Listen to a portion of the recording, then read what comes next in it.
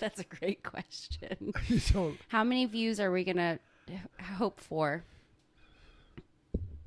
Or listens? Let's not put that kind of pressure on ourselves, Tom. I have to do an intro real quick. sure, go ahead. Okay. But I'm thinking 500. 500? That would be great. Yeah. 500 people? Hell yeah. Easy. Day one. Oh, day one. Now you're either drunk or on dope. All right, go ahead and do your intro. Hello and welcome to Gratefully, a podcast about great stories from full lives. I'm your host, Brindl, and today I am really grateful to sit down with someone who means a great deal to me, who's become a dear friend and who's being a great sport because he really doesn't know what he's gotten himself into. Welcome, Tom. Thank you. So good to be here. Yes, so great to have you. So what's your perception of what a podcast is? Oh, we don't even want to go there. How would I begin? Just, I'm a low-tech guy in a high-tech world. I don't even know what any of these things are called. I've never seen one. You've never seen or heard a podcast before? I've heard the word, but I've never watched Never one. ventured into it. No. So how are you feeling going into this? I'm pretty ill at ease. I don't know what to think. This is a strange new world for an older guy like myself. You're practicing courage. Yeah. And you're really doing me a kindness. You're being a great friend. Well, you're my friend. I know you mean no harm to me. Yes. And you won't let anything really bad happen to me. Yes. So I'm trusting you. Yes. You're trustworthy. No pressure. That's a compliment to be Yeah. trustworthy. Yeah. So Tom, may I start by asking how many years young are you? This year I was born in 1942, October. So this is so I'll be 82, I guess. 82. Yeah. In October. Yeah. Do you know what your sun sign is? No. You don't know what your zodiac I think sign a Libra. is? Is You're it a Libra? I think something like that. Do you know anything about Libras? Hell no. I Yeah, don't me know. neither, to be honest with you. Sorry. Uh, Well, I'm on the other side of the calendar, so. it's amazing we got together at all. Yeah, exactly. So you were born in October of 1946, you said? 2. 42. Wow. Can you tell me, where were you born? Atlanta, Georgia, to Paul and Annabelle Gant. It sounds like the start of a really sweet story. Oh, they were pretty sweet people. Paul and Annabelle. So you were born in Georgia. Did you grow up there? I haven't grown up yet. Did you learn to walk there? I'm a project. I think we lived there until about 47 or 48. I don't recall exactly what year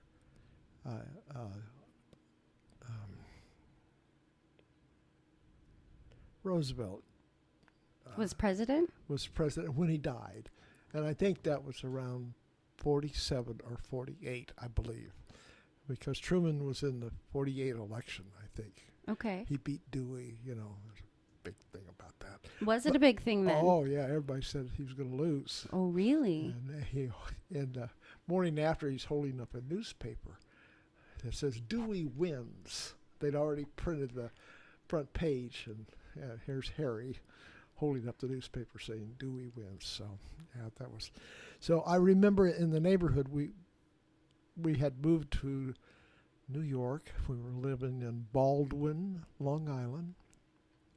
And I know we had a little tiny back patio, a little concrete patio behind this house. And a neighbor came over and told my mother that the president had died. And everyone was very upset.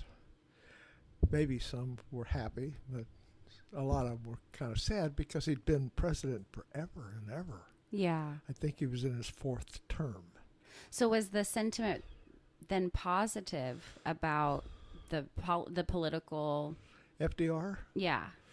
I mean, I feel like how it's written in the history books. I feel like I grew up, like Roosevelt was very celebrated for what he did during his presidency. Yeah. So in real time, would you say that was the consensus? It was a real, I think it was there was a great deal of sadness because he had helped lead the country out of a terrible state, and through the Reconstruction, through the war period, and so forth. And he had become almost an institution because he had already served 3 terms for 12 years, and he was in his 4th term. And they were very attached to him, and he did the fireside chats when he put the country at ease. And did you listen to those? Yeah, sure. I didn't miss any of them. I was 3. So what were your earliest No, I don't remember any of that. That wasn't one of your first memories? I just want my mommy and my peanut butter, whatever. Peanut butter.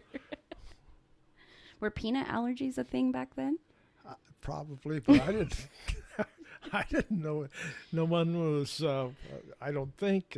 What do you call it? Lactose intolerant or anything. They just shut up. Here, this is. Finish your plate. Yeah. Yes. I'll give you something to cry about. Was your childhood like that? Oh, it was really pretty kind. Yes. Yeah, my mother was a nurse and my father was a sales guy, and what did your father sell? I honestly don't. I don't know an awful lot about those early days. He was an interesting guy. His father was a Methodist bishop of sort in northwest Kansas, and many churches were little tiny churches that didn't have a full-time pastor. So they would have the bishop make the rounds to all the little churches in western Kansas and western Missouri and eastern Kansas, and he would leave and be gone for a week or two. And when there's little, what do you call those little buggies, horse-drawn buggy, and he would go and spend time at each one of these little churches and maybe give them counseling and direction. Is the time up? What was that? No, that was my tech. We're good. This what? This is the tech in the background. Jeez. Fire that engineer. Pardon me? I said fire the engineer. Yeah, son of a bitch. I told you it wasn't any good. Anyway, so he was this kind of bishop guy. He was a traveling preacher. Yeah, but also supervisor, I guess. I think he was a Methodist guy. And so my dad's mom became ill and died. And a little shortly thereafter, his dad remarried. And then his dad died. So now he's kind of, both his parents have passed away, and so he wasn't terribly welcome, and I think he was kind of a rebellious little bastard. So, it's giving me like Cinderella vibes. Well, they got sent to family members, older brothers, and there were some half brothers and sisters or stuff. I don't know, but anyway, he got sent to live with them, and he was kind of a handful, and so they ultimately put him in an orphanage. Wow. Which was at Mission Road and 44th Street. Building's long gone. But he didn't like it there. He ran away a few times, and finally he ran away and was working from farm to farm for food and shelter, room and board. More likely to sleep in the barn and just work. And he ended up down south of Lewisburg, Kansas, at Della Jones's house. And she had children and family to feed and stuff like that. It was hard times. And so after a few days, she cranked on the wall telephone, called Minnie Hindleiter, her sister, who was a widow woman, lived about 2 miles away. And she says, I got a boy over here. He's kind of skinny, but he's willing to work. Do you have any work for him? And she says, well, send him over, keep him for a few days or something. So that's how he ended up with what I call Aunt Minnie. Now, Aunt Minnie wore black clothes and cotton hosiery, and she was all stooped and bent, when I met her, and when they showed pictures of the Wicked Witch in the black clothes and bent over at the waist and with a cane, that isn't scary. That's Aunt Minnie. It looks just like Aunt Minnie. She's got the crooked nose and all that. I mean, whatever. So anyway, that's how. And my dad did not really like farming. He wanted to be a bidding man, some kind of bidding man. So he kept on trying to go to the city and find work. She did. She ultimately took him in the house, and at one time the house burned down, and they lived. By then she finally let him stop living in the barn and got to live in the house. But then the house burned down, so she and he lived in the garage for 1 year. Wow. Yeah, through the winter till they could build a house, So That's wild. yeah. So what took him to Georgia? He always had the dream of being a gentleman farmer. What's a gentleman farmer? Well, he's a guy that has a nice farm. He works outside the home, but he has a nice farm that he owns. So he kind of operates. manages the farm, Yeah. but he works elsewhere? Yeah. Okay. His revenue's based on exterior, not from the farm itself. That kind of sounds like a lordship situation, right? I don't know. It was Buckhead, Georgia. He always knew he had bought some land down there because the land is priceless now and has been for decades, Oh. But yeah, just north of Atlanta. Are those your earliest memories then of Georgia, or more so Yeah, Long Island? very early. We lived down the street from the Lays, who later were kind of think of as the Lay's potato chips. Nuh-uh. Frito-Lay. No way. Yeah. Did you go eat snacks at their house? What were they like? I don't know. Imagine if you would have married one of their daughters. Yeah, one of their daughters, Linda, they had a daughter. The fable is, I don't think it's true, but there was a fable about she had choked on some snacks or something and died as a little girl. What? We're gonna have to fact check that, Tom. Yeah, I wouldn't. Count That's on historical gossip. We're not sure about that. Yeah. Take anything I say with a grain of salt. Most of it's BS and poetry anyway. So did you start school then in Long Island? Yeah. Yeah, tell me about that. What was school like Plaza then? School was the name of the school. Sounds fancy. And the winds were so bad, the storms were so strong out on the island. When we walked to school during snow days, we leaned at about, I don't know, I'm not an engineer, but we leaned way backward and walked backward. Tom, I don't know if you're giving me fact or fable right now. No, that's a fact. That's a fact. Were you barefoot? What's that? I said, The what? were you barefoot? Because that's always the story. When I was your age. Yeah. Oh, we went barefoot. And Yeah. stuff. Yeah. I Up loved and it. down the hill. Yeah. 4 feet snow. Yeah. Walked to school uphill both ways. So you're saying that you walked to school. It was amazing. Yeah, it really was amazing. Yeah, but it wasn't that far, I don't think. But I had I had a brother and a sister. My brother and sister almost exactly 2 years apart, and then there was a 2.5 year gap, and then I was born. So you were the baby. yeah, still, yeah. Darn it. So, like you said, did I grow up here? No, I grew taller. You grew taller. I grew taller in Kansas City. We finally ended up here with a couple of bits and starts from about 1951 with the big flood in Kansas City. So why did you guys come back? It sounds like you were coming home to a degree. Yeah. So parents had moved, gone from Atlanta to New York to Kansas City, and then my father was doing very well business-wise, and he wanted to start a separate company back down in Georgia because he still had this dream of gentleman farmer, and that was a failure. It didn't work out well. So then in 51, we moved back to Kansas City to the Westport area. My grandparents lived at, 42nd and Roanoke, and we lived basically a block south of there, 43rd. 42nd Street. They were on 41st. We were on 42nd. Who cares? I don't know. So what grade were you in at that point? Were you in elementary school still?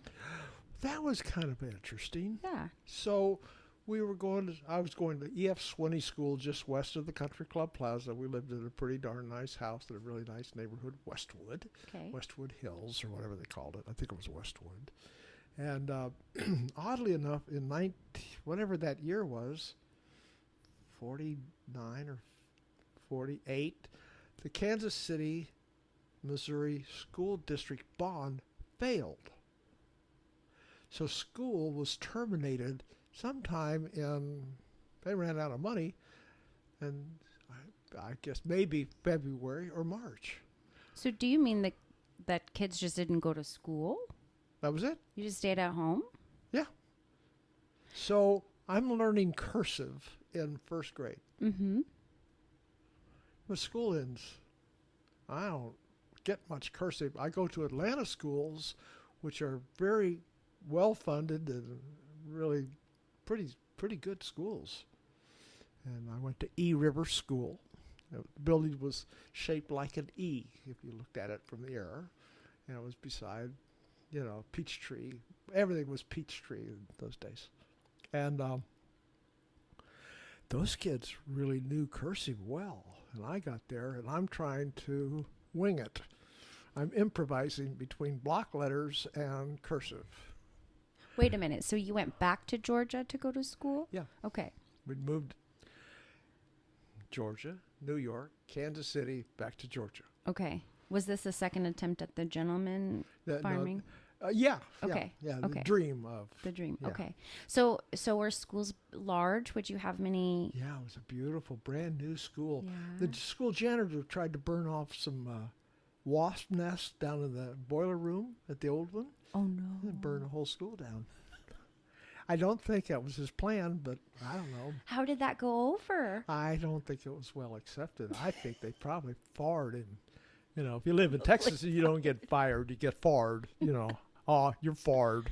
Anyway, yeah, I suspect he didn't work there anymore. He may have drank a little. I don't know. Wow. Yeah. So what was the demographic of students like in school? All white. All white. All white. 1950-ish, late 40s.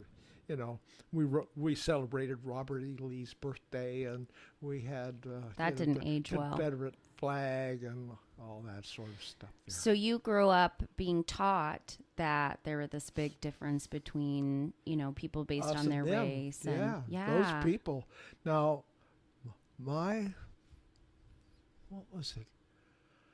Something that my mother, or something about the buses and the blacks could ride on the back row. Right. But all the other seats were really for whites. And if there was a shortage of seats, the blacks were supposed to get up and give their seat up, stuff like that. My mother took a real serious issue with that.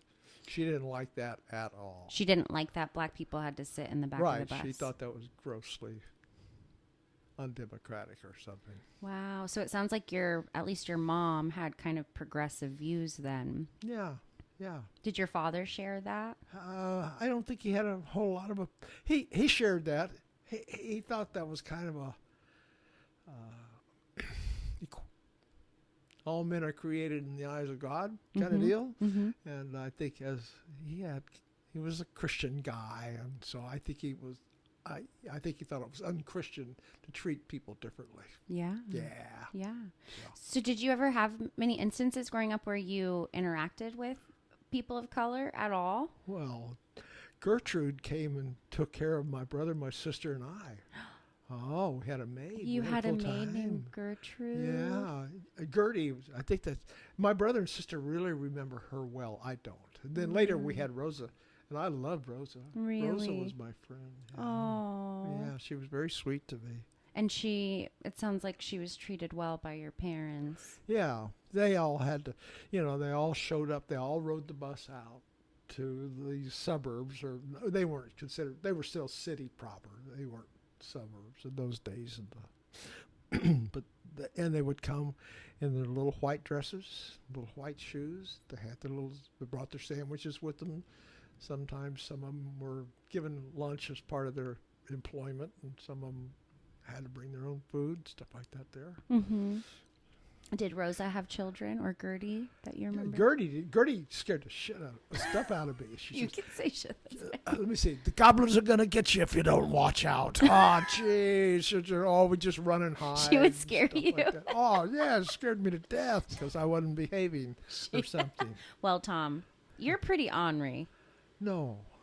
That's a rumor. That's a rumor. You're right. Historical rumor. Yeah. Historical gossip. I had that. My publicist, maintains that for me. So did you feel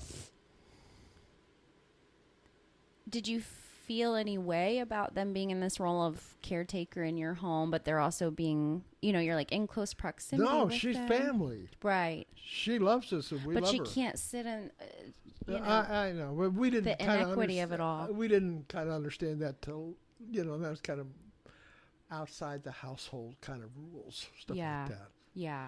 So it's like you kind of created your own microcosm where it was like, we don't really participate in that in the home, but outside. And you just accepted that it was a way of life. We used to have sheriff's posses or there were prisoners that were worked in chain gangs. And there were rivers down by our school, E-River School. And we would see these chain gangs, and there were, what do you call them, prison guards. And they're on horseback. And they're riding around with their shotguns and one thing and another. Scared the dickens out of us. So did you feel like society was teaching you to be afraid of black people then? Sure. Yeah.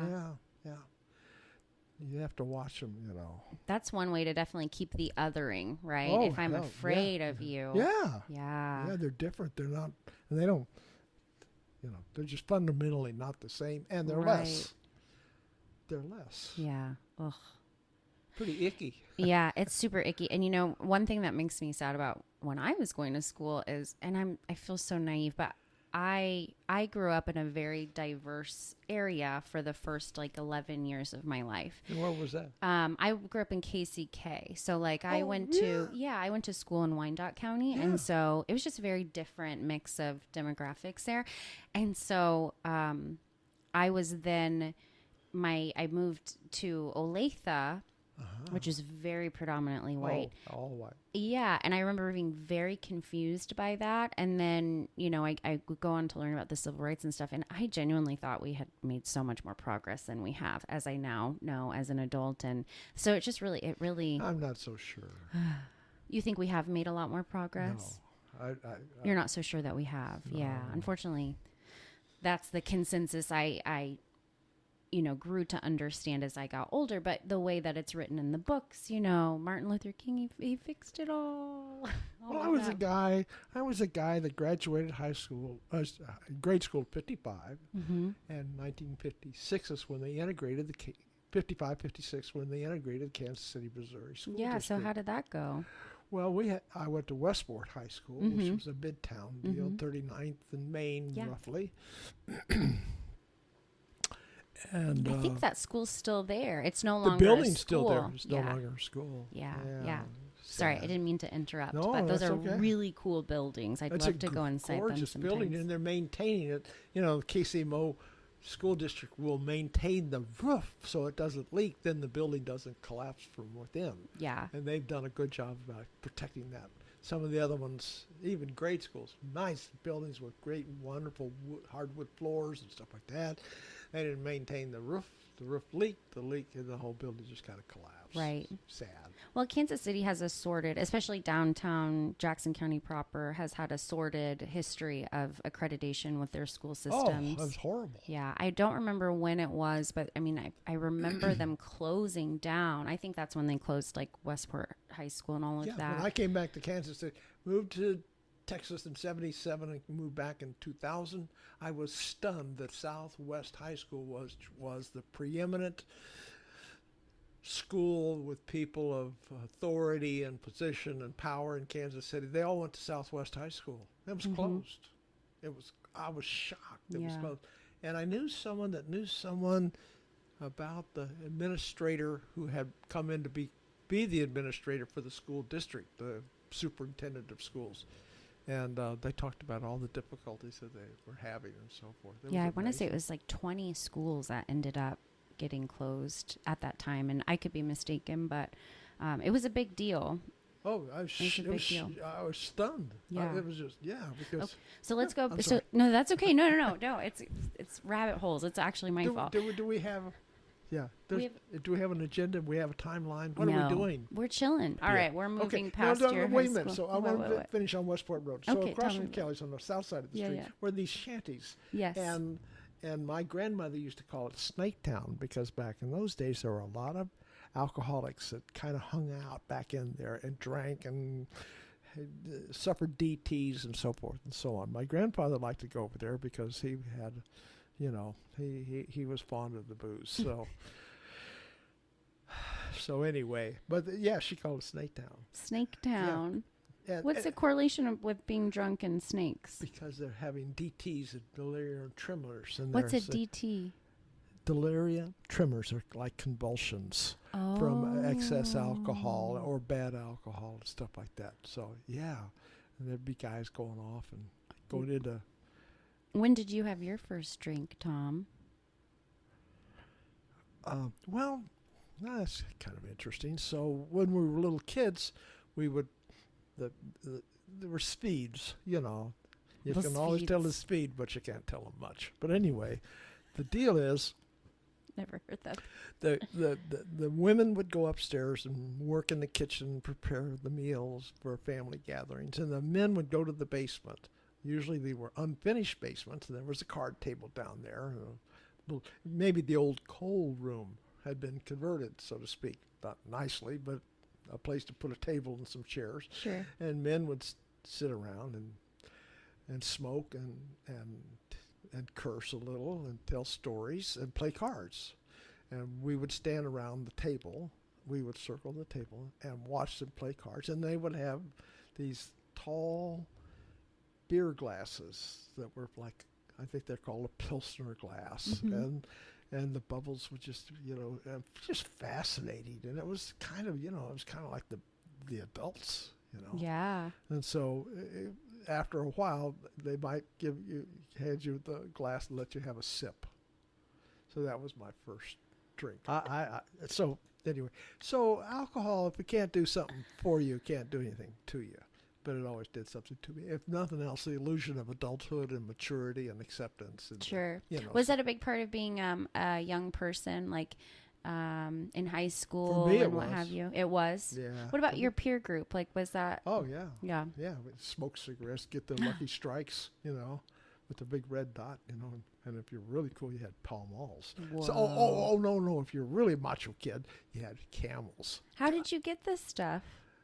Wasn't hard. It wasn't hard? No, You you'd had a go down fake to the store, ID. there's for Grandpa, and you go over there and give him, the 'Cause they cigarettes had were the 22, tab. 21, 20. Oh, you're talking about the beer? Oh, no, the beer came much later. But getting the cigarettes were like 21 or 22 cents a package. And there weren't age restrictions at that time? No.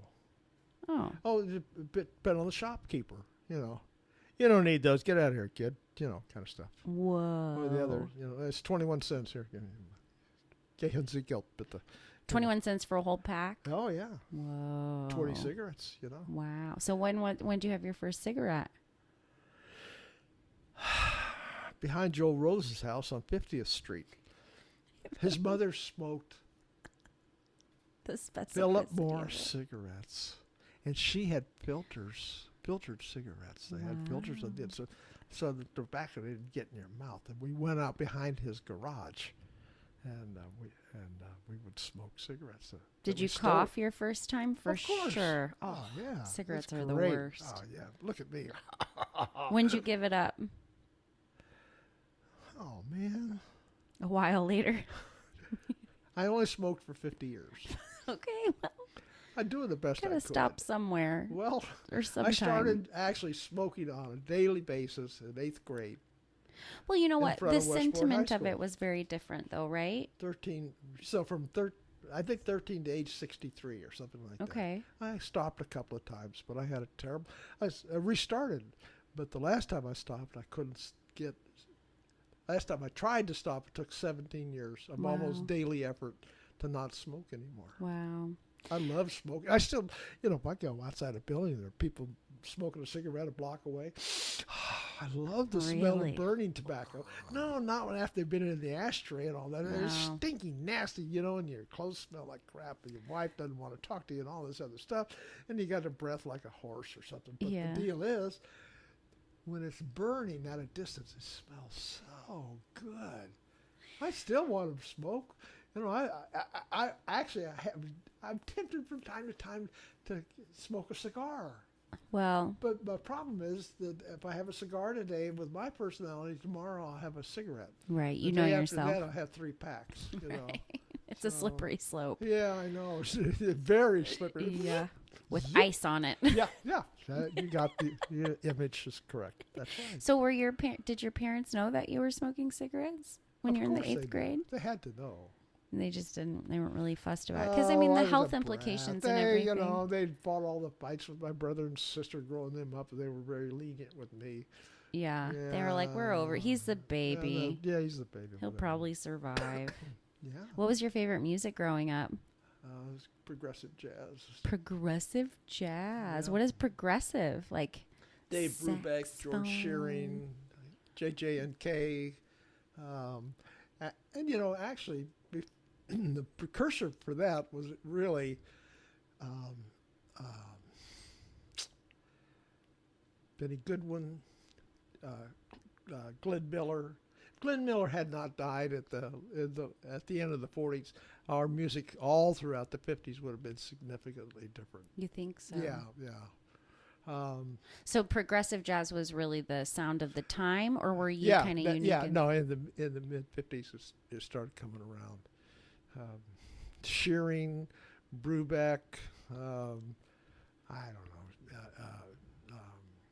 MJQ, Modern Jazz Quartet, guys like that. I love that music. Yeah. Yeah. Was it good to dance to? Or No, was it more of a... no. It was for grooving, baby. If you're cool. Can you show us what grooving I'm looks so like? cool. Oh, I like I feel modern like jazz. grooving's like oh, not baby, really moving. I'm over that shit. It's Elvis is. I loved Elvis. Did you love Elvis? I didn't love Elvis like a lot of people, but I really did like his music and the Coasters and all these bebop bands and stuff like that. You know? Yeah. I love Fats that. Domino and just. Oh. Did you learn how to swing dance? I don't really know how to swing dance. I know how to. Yeah, I don't know what. I don't know how to define swing dance. I have one image of what I think I swing love dancing bebop, is. but it's too athletic. I'm not that athletic. I don't know. Or bebop and swing it the same. I don't know. They're way different. I don't have a mental picture of what bebop is. You can see it on YouTube. Okay. Okay, modern man. I'll look that up on YouTube. Is there a song that defined your youth? Huh. Wow. Like the Moon River. Moon River. What was the Pat Boone song? That was the love song. I liked love songs. Yeah. You're kind of a romantic. I am Tom. a romantic. Yeah. Tell me about the first Don't time. tell anybody. No, tell me about the first time you fell in love. Oh, geez. How old were you? Oh, I don't know. I was in Atlanta. I was in Pastor Brockman's daughter. She had a lot of children, and she had this daughter. They had this daughter. And, I was following, but for a second, I'm glad you clarified. So the pastor had a lot of children, and Yeah. one was of a his daughters. daughter's. Yeah. Yes. And I can't remember her name right now. We went to Redeemer Lutheran Church on Peachtree, just north of downtown. I love that you know all the names of the streets and things like that. I It's don't know. sweet. Don't ask me what I did this morning, or don't ask me That's any so names from precious. in the last 10 years. I can't remember. Do you remember my name? No. Just hardly. I have CRS. I can't remember shit, but it's okay. I'm doing the best I can. So how old were you when you fell in love the first time? So I would have been probably in second grade. Wow. I had a real crush on Head her. over heels. Oh, And she you would say this so was true pretty. love. Oh, This sounds a yeah. little like infatuation, Tom. Oh, there's a difference. Maybe not. Maybe I'm not. still getting infatuated, deeply infatuated for many, many years. How many times have you been The in first love? time I got married, I didn't love that girl. God, she should have never, ever, ever, ever, ever. If she heard me and the word married, she should have run and never stopped. She was from South Dakota. I thought her heart never healed, but the problem was I was just a jerk. Oh, Tom. How old were you when you got married for the first time? Ooh, wow. Let me see, 79, 20, I don't know, about 35-ish. Okay, so you waited. Yeah, I had a you lot were of later I in had a life. lot of engagements, but You had a lot of engagements. but How many times have you proposed in your life? to the same woman. No, just a total. I had two of them at one time. I know. Wait, I'm sorry. Did you just say that you proposed to two women at Well, the it was same time? I kind of got confused. Okay, you have to tell me that I've been story. overserved, I think, or something What like do you that. mean? Well, you know. How many rings did you Well, have? I don't know. Oh, rings. Well, you know, we don't need to get tied up with all sorts of stuff like that. So you were cross-eyed drunk, Maybe. Yeah. and you stumbled up to Stacy, or who you thought was Stacy. No, I can't go into that. Okay, we can. And I'm not naming any names. Let me find a different question. No. And so I got married to this poor girl, and then I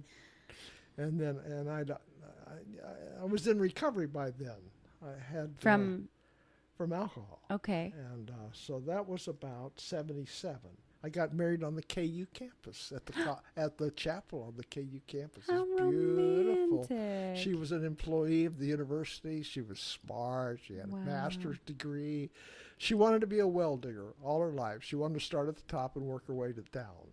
And she seemed to never be able to get a job. I was kind of counting on her to get a job and help support me.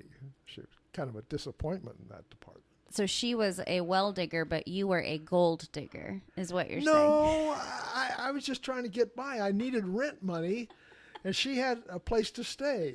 And This sounds like such a half-baked plan, Tom. It was a half-baked. Everything I did was half-baked. Wait, so you're 35 years old at this point. Well, Hold on, wait. So We've mature- jumped a long way. We've gone from okay, so Georgia. somewhere maturity stops when you start drinking heavily. And I That's started right. drinking heavily around 16. Okay. So I'm a 16-year-old in Okay, yeah. a 35-year-old body. Yeah. Were you just drinking because it was fun? No, I love the effect. You love the effect. Yeah. Wow. So you're drinking heavily, totally. Here's what it did. It made me comfortable. I was always ill at ease, uncomfortable guy, and I'd get a couple, 3, 4, 5 beers, and I could exhale, and life was going to be okay. I'm living a day at a time. Things aren't so good, but yeah, at least this is passable. Do you think you had like undiagnosed anxiety or depression? Hell, I don't know. I mean, back then that really wasn't.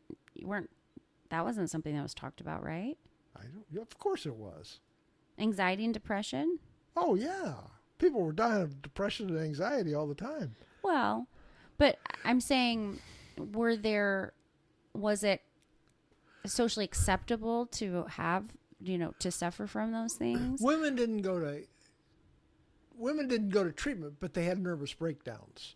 My wife's mom The hysterics. had nervous breakdowns all the time. Yeah. And she would be institutionalized from time to time. And she was essentially a prescription drug abuser. Okay. Her doctor in Beaumont, Texas, Mhm. down there. My exes live in Texas. What was it? Who was a singer from I don't know. Beaumont? I don't know. Oh, she was so wild and wonderful. Anyway, that Yeah, little I don't know. the doctor, he died of prescription drug abuse himself. Yeah. Yeah. So, but But as a man, did you feel like if you were struggling with those things, would you have felt comfortable going to the doctor? Or well, when you end up at what do you call it? Suicide prevention hotline. yes, Yeah. Then you go over there. I went to some little house over in Kansas City, Kansas, where there was a clinic, so to speak. you did Yeah. when you were a kid. No, I was older. Okay. I was supposed to be adult. I don't know how old I was. But you went to like rehab. No. No? No. I'm so confused. I never went to rehab. They try to make me go to rehab. You know that one? That's No, Amy Winehouse. I missed that one. Yeah, I'm that's sorry. okay. It came a little bit later. Yeah. Okay, so regardless So of the let's back up. drinking. Wait a minute. So here in Kansas City, Yeah. I had some introduction to alcohol recovery in high school. There was a unique class called American Problems, and they talked about different things. And the guy that taught the class had a particular interest in alcohol abuse and addiction in the United States as a national problem, a quote American problem. I think his father had been an AA member. He brought him to school one time and gave a talk. I don't know whether it was to the whole student body or just to the class, but this fella, go nameless today, was very. He really gave us probably 6 weeks of intensive introduction to alcohol and its stages and so forth. And he had this theory that he referred to as the 5 o'clock drunk, separating him from the guy that's living under the bridge, the homeless sect, which is they're not all alcoholic, we know that. But the point was that there are 5 o'clock alcoholics. They go to work every day, they have a wife and a dog and children and all that sort of stuff, and they live in suburbia, but every day at 5 o'clock they get intoxicated and have been daily for years and years. And they're functioning they're alcoholics. functioning alcoholics. Yes.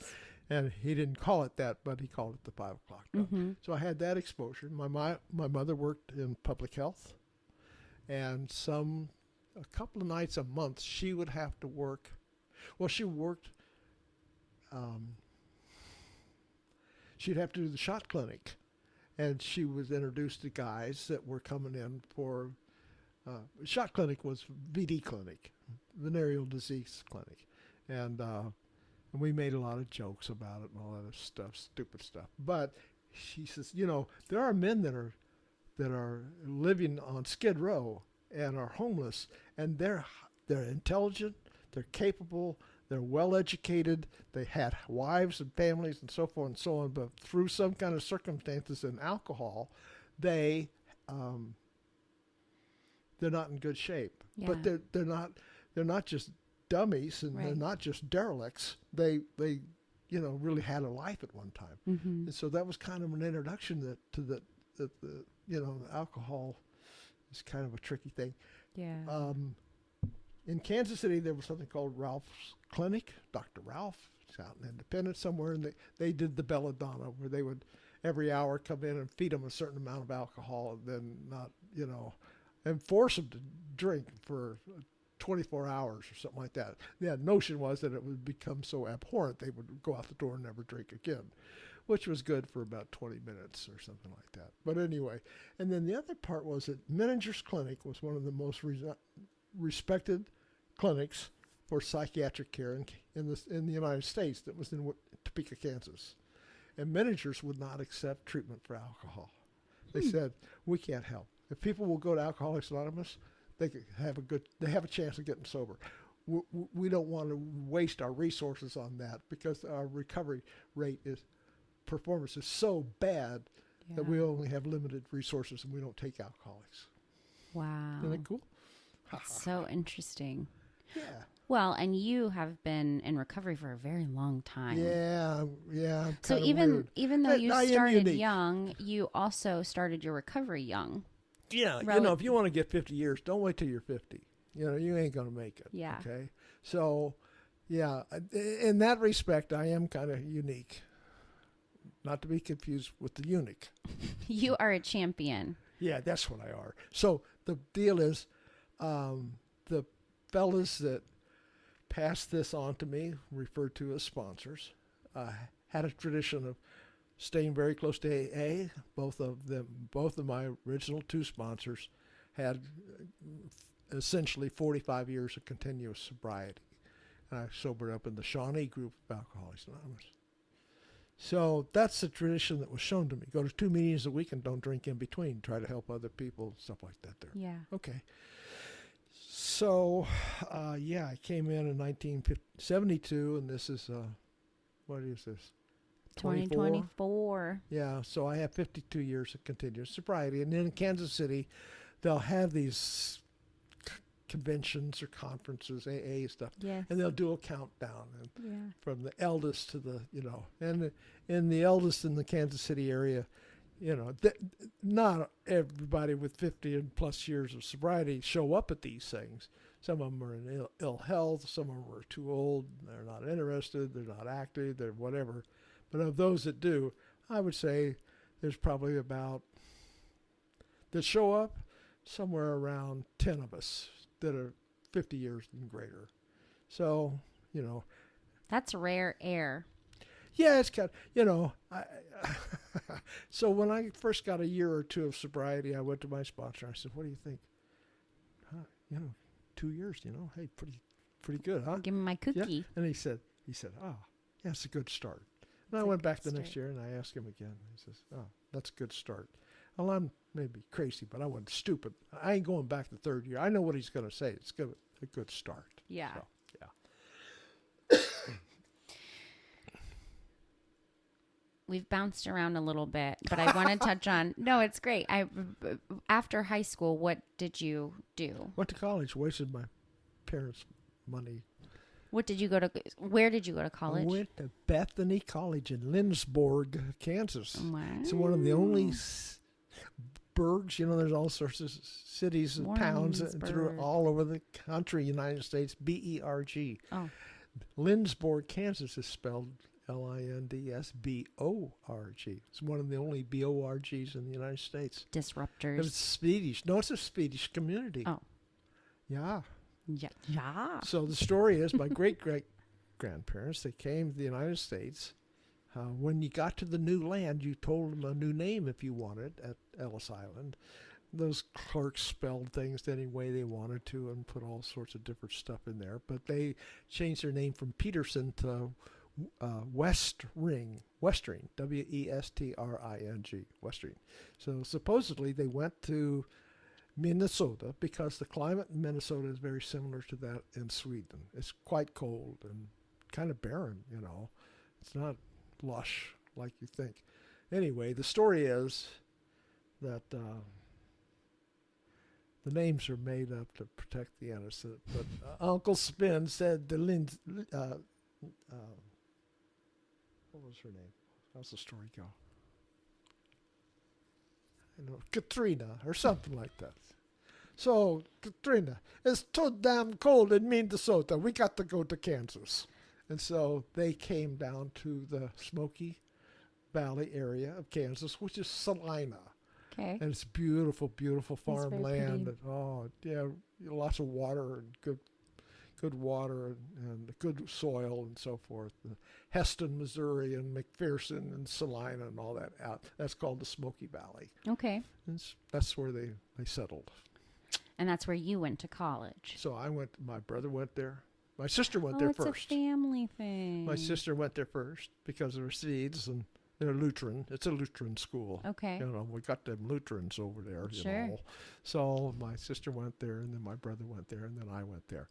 I was not well prepared, and I had a learning disability. I had a learning difference. It wasn't really horrific, but I don't read well. Okay. So when you get to college, they want you to read a lot of books and study and all that stuff. And I wasn't prepared. I wanted to be an engineer, quite frankly. I got hit by a car at 37th and Main my freshman year of high school. And so I'm in the fundamentals of algebra, and I'm out of school for 2 or 3 weeks because I went to the hospital and guy almost killed me. Hit by a car, Tom? Yeah. Wow. Well, then we still had trolleys, and we still had streetcars up and down Main Street. Yeah. And you go out to the little island, and if you cross over, you go out to the little island, wait till everything, and then you continue on. And so I stepped off a car for a car dealer, Burl Berry. Just before he got to the safety island, he changed lanes, and I didn't see it quick enough. And so he punted me down the street a couple 100 feet, most of it airborne. Did he stop? Oh, yeah. But I was in the hospital for a while. Did they have insurance back then?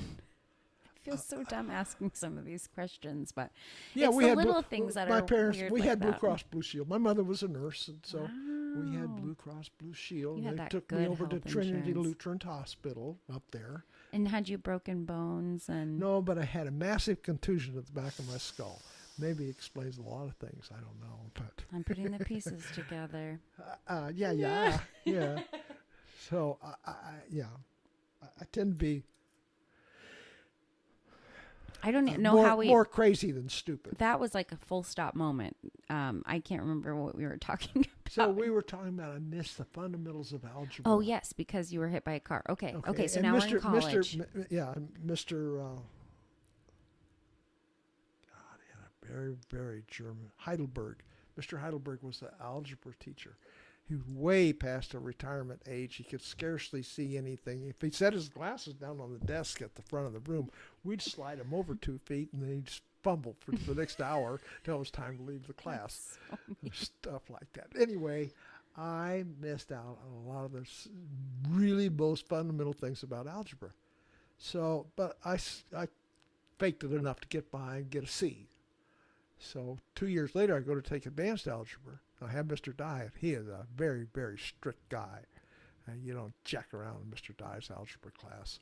And I'm doing 2 and 3 hours, 4 hours of homework at night, bring my homework to class, and every single problem is wrong. Wow. Now, he loved my sister, who was a very good student, and he kind of tolerated my brother. But the point was, I mean, I was in tears. He had me because end of class and everybody's getting ready to go home, and I got every single problem. There's 15 problems in every single one, not even close to the procedure. And he looks at it, and he knows this kid has no idea what he's doing. And he says, "Well, Tom," he says, "I don't do this very often, but I'm going to give you the opportunity to drop this class, pass incomplete. It's not passing, but it's not failing. The way you're going, you're going to fail for sure. You're going to get an F. So if you want, I'll let you drop as an incomplete." He let me out. It was very kind to me. Wow. But because that's hard on your spirit. Nah, it didn't bother me. You didn't care? God, jeez, I'm spending all my time and I'm just terribly frustrated. But so a good school counselor would have seen that deal and said, "Tom, we're going to retake Algebra 1." And I would have had at least enough fundamentals to get through Algebra 2 and Calculus, which I never did. Mm-hmm. And so... So you did not become an engineer? Yeah, not yet. Yeah. The greatest challenge of my adult life was to fulfill the third step of the program, Alcoholics Anonymous. And I struggle with that.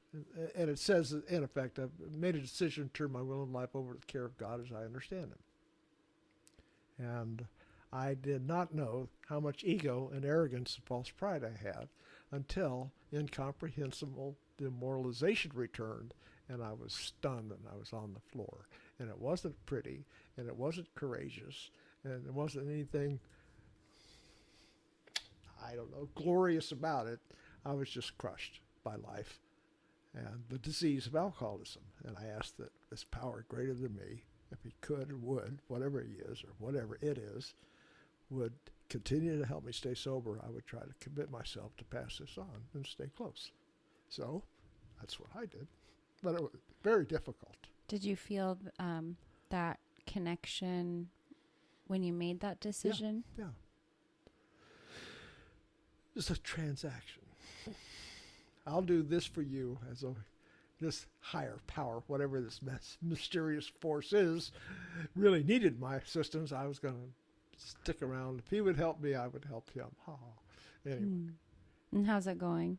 It's worked out pretty good so far. Today's Thursday. I'm good. I'm going to make it to midnight. Yeah. Yeah, that's about as far as I go with that. Yeah. I've done this for a while. Yeah. Yeah. When you were younger, how did you envision this stage of your life? Oh, Jesus. Well, I don't know. Here was my dream. Okay, I'm going to become an attorney. I'm going to lie, steal, cheat, do everything I can to amass as much fortune as possible. Okay, I had at one time nice liberal views of helping others and kumbaya. In the '60s, we're going to change the world. You know, and Did you we're gonna protest love in one the another. 60s? Huh? Did you protest in the 60s? Hell yeah! I wanted to go to Alabama. I'm lucky I didn't get killed down there. But anyway, yeah, I wanted to go down with the Freedom Riders. Really? They wouldn't let me go. I was 16 or something. I don't know. But anyway, and then later, I had a change of heart, and so I decided I would become an attorney and make all the money I possibly could. Any knowledge is power, and you can take advantage of people when they don't know and you know, and you take their money. You cheat them, and how we cheat them, and what is the name of that law firm? How we cheat them. How we cheat them and how, or something like that. Anyway, do we cheat them and how? That's the name of them. So, and then I would amass this fortune, and then I would get a good PR group, and we'd put me together and get me all packaged up and looking shiny and new, and give some money to charity and so forth and so on, and I'd become a United States Senator. Really? When was this the blueprint? Oh, I don't know,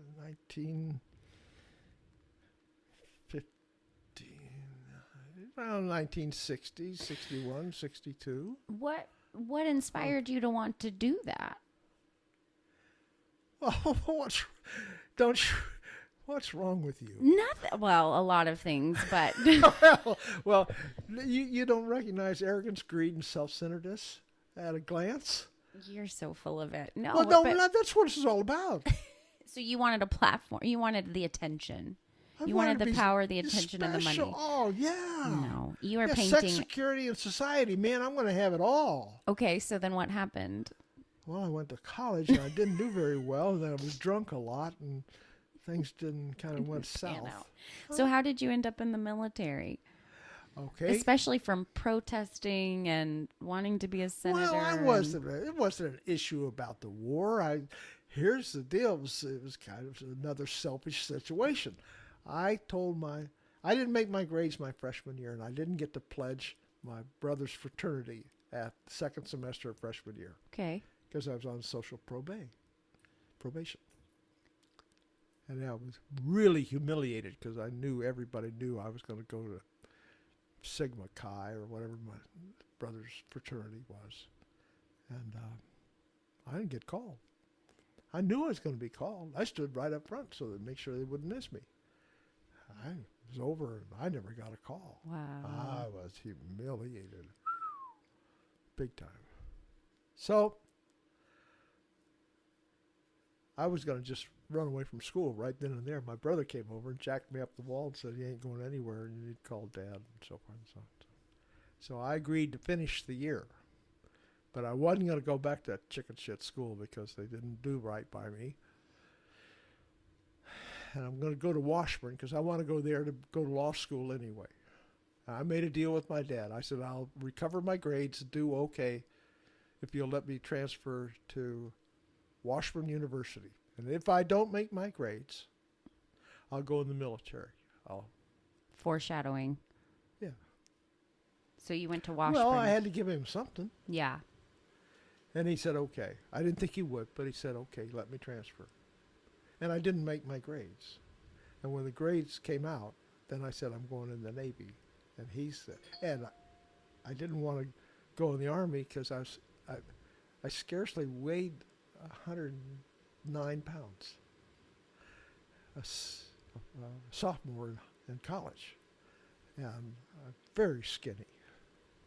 And I told him, no, we made a deal. And you've always let me off even when I didn't keep my end of the deal. I almost had something close to integrity. And so I told him, no, I'm going to do this because I promised you. That was kind of a moment. It wasn't a hard moment for me because I wanted my own. It was humiliating to give your word and not be able to keep it. I don't like that. If I tell you I'm going to do something, people that I know in AA kind of one of the tenets is promise to do what you said you would do when you said you would do it. That's Yeah. how you earn integrity, you know. Yeah. And I have a little integrity today, and for the most part, my word's okay, Yeah. you know, which is a big deal to me, very big deal. So anyway, how did I get from all that other stuff to the Navy? Because I made a deal with my dad. And how many years did you spend in the Navy? As little as possible. I didn't want to get, I weighed 109 pounds. We had to put weights in my back pocket at the induction place so that I could make weight to get in. Oh my goodness. Yeah, I was pretty skinny. And so, anyway, that was all leading somewhere. I went in, they had a unique program. If you would go into immediate active duty for 2 straight years, when you finished the 2 years, you wouldn't have to go to drill or summer camp or anything else. You could be completely fulfilled all your requirement if you'll do that. Otherwise, and there was a draft. If you didn't make, I don't want to get drafted. I'm so skinny. I'm going to be the shortest lived soldier ever. So, I'll be the shortest lived soldier ever. Some guy twice my size, which wouldn't take much, is going to jump in a foxhole with me and slit me from ear to ear, and I'm going to last about 4 or 5 minutes in the Army. I need to get on a big safe ship. They don't go In down the very middle often. of the water. You know, and they don't sink very often, and it's kind of like quasi peacetime. There's an active war going on, but I'm not very aware of it. But I don't want to. I thought I was going to go to the Middle East because there were a lot of problems with the Middle East and so forth, and so I joined the Navy, and I could go to 2 years immediate active duty, come home, and never have to go to drill. And did it play out like that? Yeah, pretty much. Yeah. It was supposed to be 24 months. I did 23 months. And they let me out early to go back to school on time. Resume my drinking career at Topeka, Kansas. Yeah. How do you think the world has changed during your lifetime?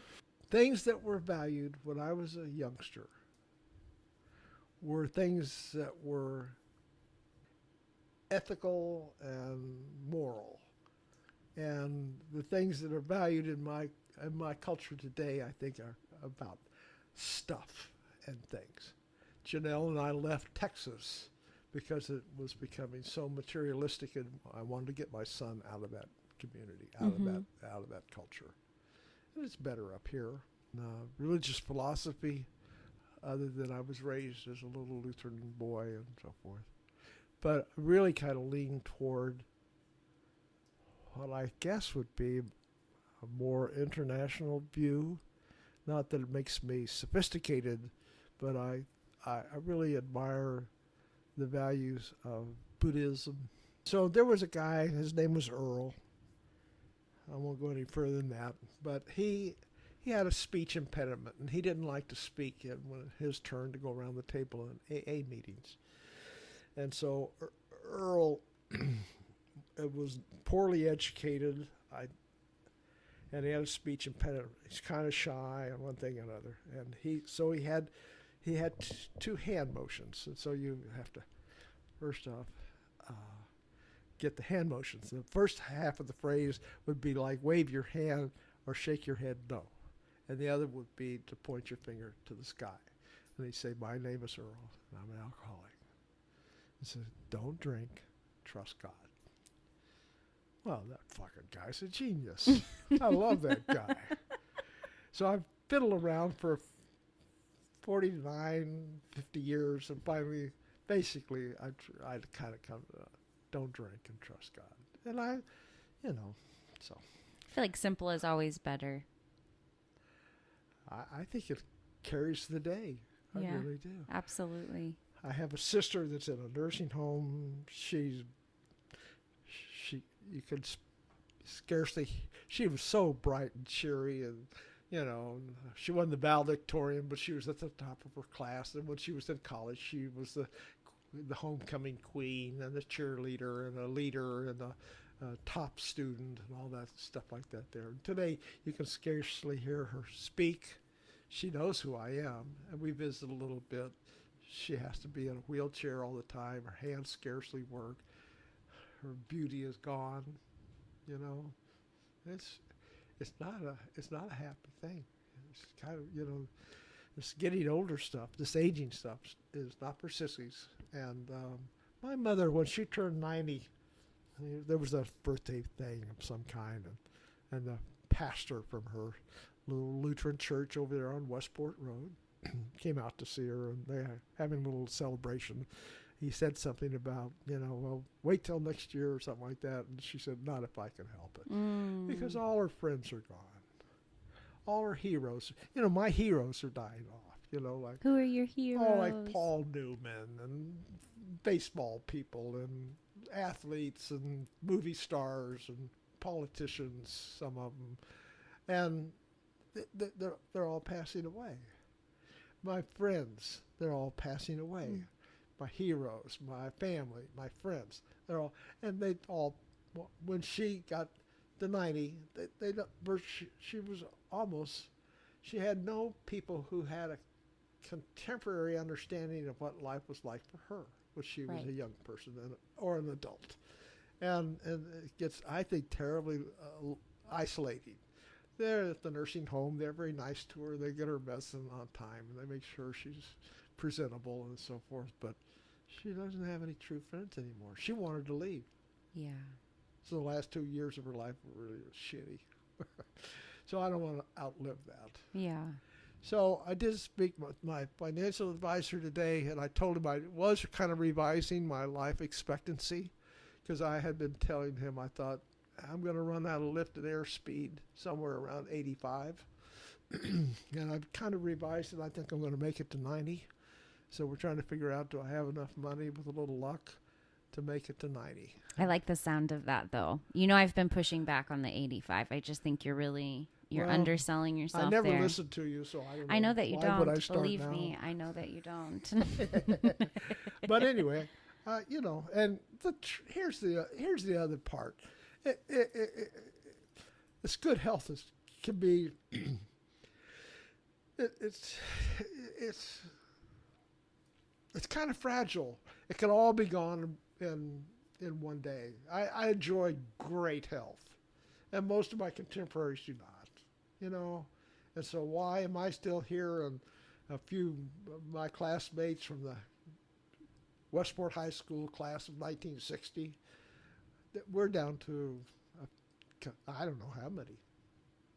There were 400 in our class. There might still be 40 of us left. I suspect it's more like 25. So why am I still here? I'm not. I smoked like a chimney. I tried to drink myself to death. I think way beyond my ability to comprehend. And I'm still here. Do you think that your perspective is part of your good health? I think so. And I don't know where it came from. You really don't? There wasn't like a person or an experience that... I thought, okay, yeah, no, I had never thought about it that way. But my perspective is based on this AA principle of one day at a time. Mm-hmm. So, you know, a friend recently gave me a book that said, and it's a popular book. It says, "Don't believe everything you think." Yes. Yeah, and I'm always trying to figure stuff out. And, you know, the idea is to pack everything you can in a good day and don't get too far out over your skis. You know, try to live a day at a time and kind of keep the slate clean and try to move forward and try to have some hope for the future, you know. And so I'm around people who are tragically having to restart their lives on kind of a regular basis, you know, and so I get to see them kind of regroup and restructure and start over, basically, and it's pretty sweet sometimes, you know. Yeah, pretty cool. Every day's an opportunity. Let me write that down somewhere. I think I heard that from you, actually. No way. No, I didn't say anything that good. Ha! You got the wrong guy. Thank you. It's very sweet. You're generous, but no, I don't think that was me. I have a question. Yes. How long do you think this culture can last? I don't know. You're an optimistic person. I am very optimistic. Yeah. Would you give them 200 years? I don't know. You know, Tom, I'm a one day at a time kind of girl, and I think that's why you and I get along. Oh, Will we? You made that up. You, No, I am very you much. stole that from somebody. I'm very much a one day at a time kind of person, and it's what gives me contentment and peace in my life. What age do you feel right now?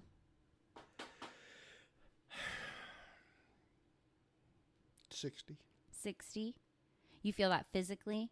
Mm-hmm. What do you feel mentally? Oh, you just. Oh, I scared Kitty. You mean emotionally. Is that right? Mentally or emotionally? Consciously. How old are you consciously? How old is your About consciousness? 50. About 50. That was the ripe age. Ripe age of 50. Had some lived experiences. Seen some shit. I got married at 50. Best deal, second best deal I ever made. Yeah. Yeah. But Thank you, Tom. thank you.